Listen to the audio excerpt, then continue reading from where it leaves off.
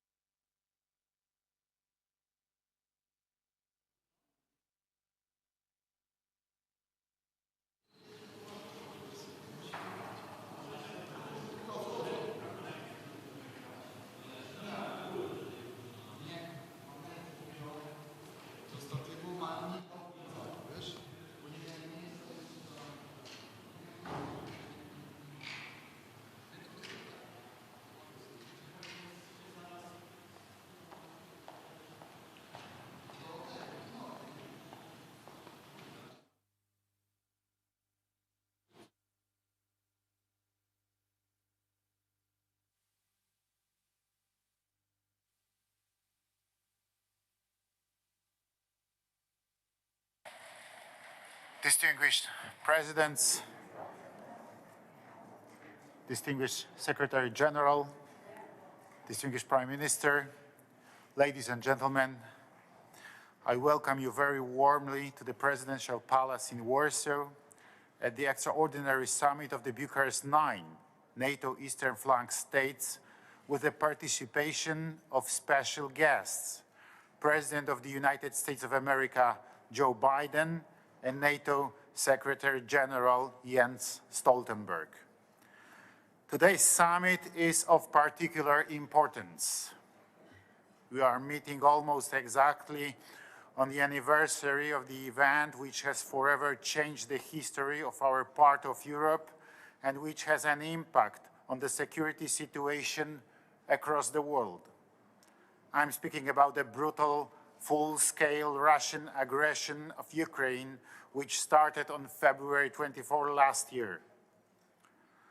One day later, we met in this hall to discuss the most significant challenges facing our states, facing the entire North Atlantic Alliance, and to speak about the ways to support our friends in Ukraine.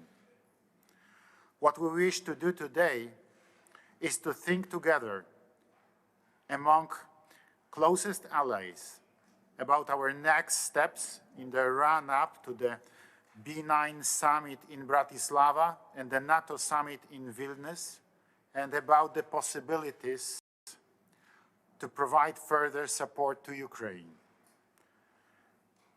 Thank you now, and I give the floor to the President of Romania, Mr. Klaus Iohannis, co-host of the summit.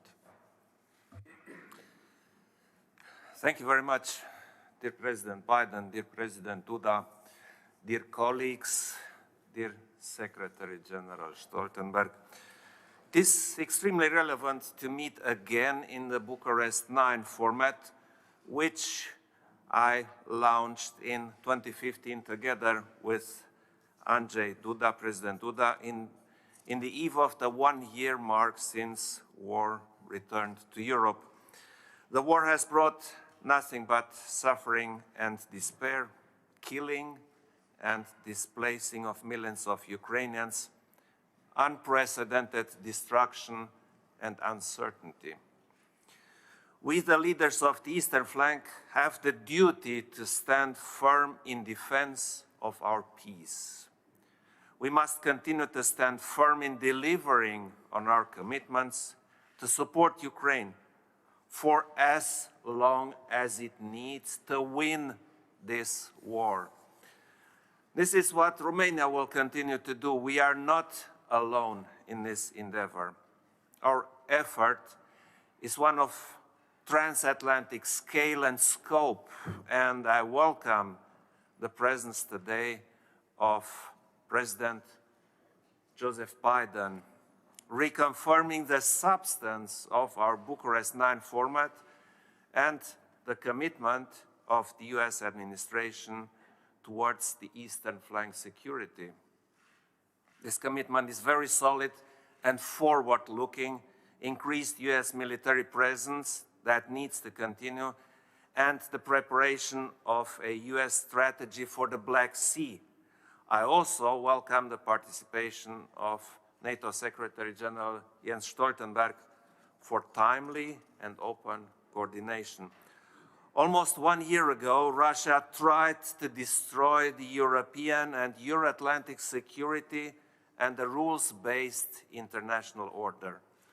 Russia is acting on a pattern of aggressive conduct, which we have already witnessed in the Republic of Moldova, in Georgia, and in Ukraine itself. Today, these partners benefit from allied support for their long-term resilience, which is needed to help them achieve lasting peace, stability, and prosperity. We also strongly support Ukraine's Euro-Atlantic perspective. To make sure that this brutal war against Ukraine is Russia's final act, we also must be resolute in deterring further aggression and rolling back the current one. NATO is standing strong and showing clear commitment towards Ukraine and its people. The B9 is stronger than ever. I thus look forward to continue our coordination on our way to a successful NATO summit in Vilnius. Thank you very much. Thank you very much, Mr. President. And now I give the floor to the co-host of summit, to the President of the Slovak Republic, Madam Zuzana Čaputová. Thank you very much. Dear President Duda, dear President Iohannis, dear President Biden, Secretary General, dear allies. As you mentioned, Mr. President Duda, we are meeting in very special time because of first anniversary of Russia aggressions in Ukraine. This year has made us stronger and more united. And we, the countries on the eastern flank, are more protected than ever. And we together passed the test of solidarity and humanity because of our help to Ukraine. President Biden, your presence here is another proof that our transatlantic unity is stronger as ever, and is an opportunity to discuss our expectations from NATO summit in Vilnius. For example, how we ensure that there are no gray zones in our defense, or how we adapt our defense spending to our security environment, and how we ensure that Ukraine is able to defend itself as long as it takes, and how to move practical but also political relations between NATO and Russia. This is what we will discuss today, but also in B9 summit in Bratislava in June and in Vilnius in July. Thank you, President Duda, for hosting us, and I look forward to our discussions. Thank you. Thank you very much, Madam President.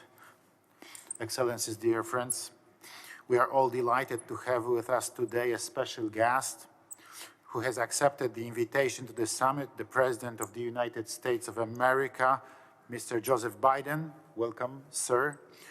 We ask you to take the floor, please. Well, thank you all very much, and I'm delighted to be here.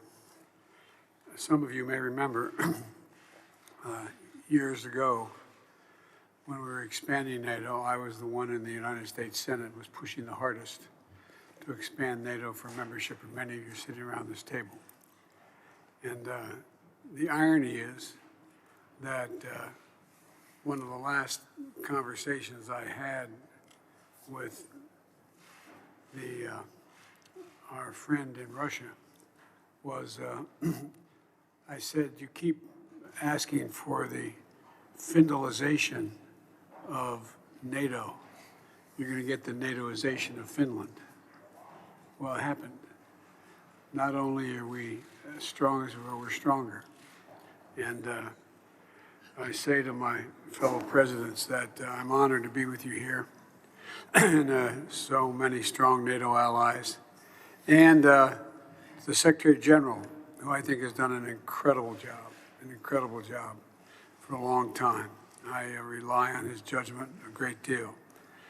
You know, the B9 was founded in 2015 after Russia attempted annexation of Crimea.